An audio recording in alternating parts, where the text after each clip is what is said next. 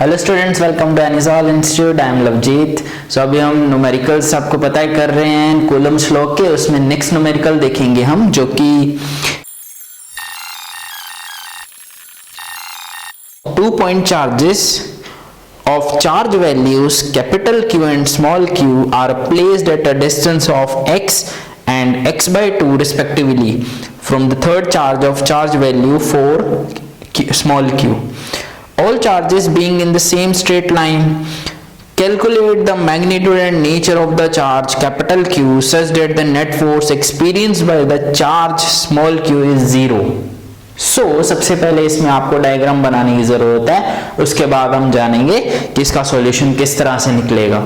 तो हमें क्वेश्चन में गिवन क्या है? हमें गिवन है कि दो चार्ज वैल्यूज हैं हमारे पास जो कि स्ट्रेट लाइन में है। आपको लास्ट में क्वेश्चन में बोला गया है कि जो कि दो चार्ज वैल्यूज हैं वो स्ट्रेट लाइन में है।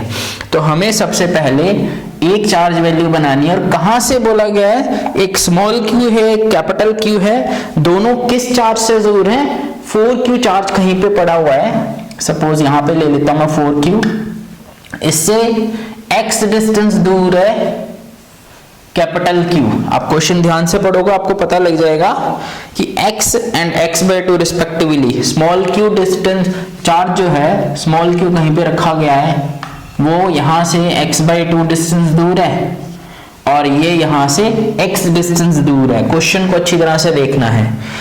अभी हमारे पास ये x by 2 है, तो ये भी कितना होगा? x by 2, बिकॉज ये पूरा x है। अब वो पूछ रहे हैं कि नेट फोर्स ये पूछ रहे हैं magnitude and nature of the charge capital Q। मुझे ये कैपिटल Q की वैल्यू निकालनी है। तो ये कैपिटल Q की वैल्यू निकालने के लिए कुछ कंडीशन हम यूज करेंगे जो कि हमें गिवन दी गई है। उन्होंने बोला है such that the net force experienced by the charge small q is zero. Small q के ऊपर नेट चार्ज जो है वो जीरो बोला गया है। तो इसका मतलब इस कैपिटल Q की वजह से और इस 4q की वजह से यहाँ पे जो फोर्स लग रही है नेट फोर्स वो है जीरो। तो सबसे पहले हम लिखेंगे force on charge small q due to capital Q। Capital Q की वजह से कितनी फोर्स होगी? यहां पे मैं लिख देता हूं F1, तो वो आएगी Q into Q1 capital Q into capital Q divided by किसका स्क्वायर आएगा? x by 2 का स्क्वायर। This is our first force. अब हम सेकेंड फोर्स लिख देते हैं। सेकेंड फोर्स लिख देंगे, ये कितने फोर्स लगा रहा है इस पे?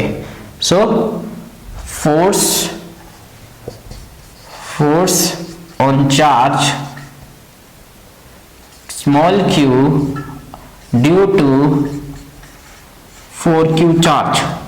ओके, 4q की वजह से इस पे कितनी लगेगी? उसे मैं F2 लिख देता हूं। यहाँ पे q तो ये वाला है और साथ में यहाँ पे आ जाएगा 4q डिवाइडेड बाय ये भी डिस्टेंस कितना है इससे दूर x by 2 का स्क्वायर।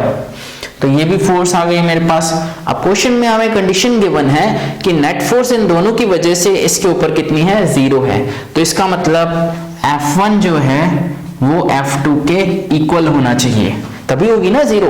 क्योंकि अगर ये इस साइड इसको फोर्स लगा रहा है, ये इस साइड इसको फोर्स लगा रहा है, दोनों अगर इक्वल फोर्सेस लगाएंगे तभी यहाँ पे नेट रिजल्टेंट जो फोर्स का आएगा वो जीरो आएगा।